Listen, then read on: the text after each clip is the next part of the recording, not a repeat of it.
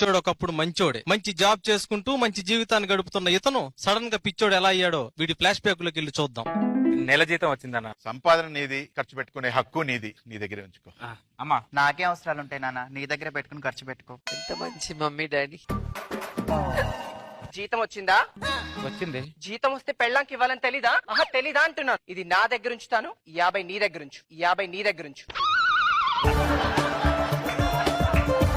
50,000 రూపాయల జీతం తెస్తే పెళ్ళాం మొత్తం లాక్కొని వాడి చేతులు 50 రూపాయలు పెట్టేసరికి వాడికి ఏం అర్థం కాలేదు. పేరెంట్స్ కి పెళ్ళానికి ఎంత తేడా ఉందా అని షాక్ అయ్యాడు. ఆ షాక్ లోనే వాడి చిన్న మెదడు చిత్తూరు వెళ్ళిపోయింది, పెద్ద మెదడు పుత్తూరు వెళ్ళిపోయింది, నరాలేమో నంజాలు వెళ్ళిపోయాయి. వాడి పెళ్ళాం తిరిగి వాడు ఎంతలా షాక్ అయ్యాడంటే 50 రూపాయల నోటు మీద ఉన్న గాంధీ గారిని కూడా గుర్తుపట్టలేనంతగా షాక్ అయ్యాడు. చివరికి పిచ్చోడయ్యాడు.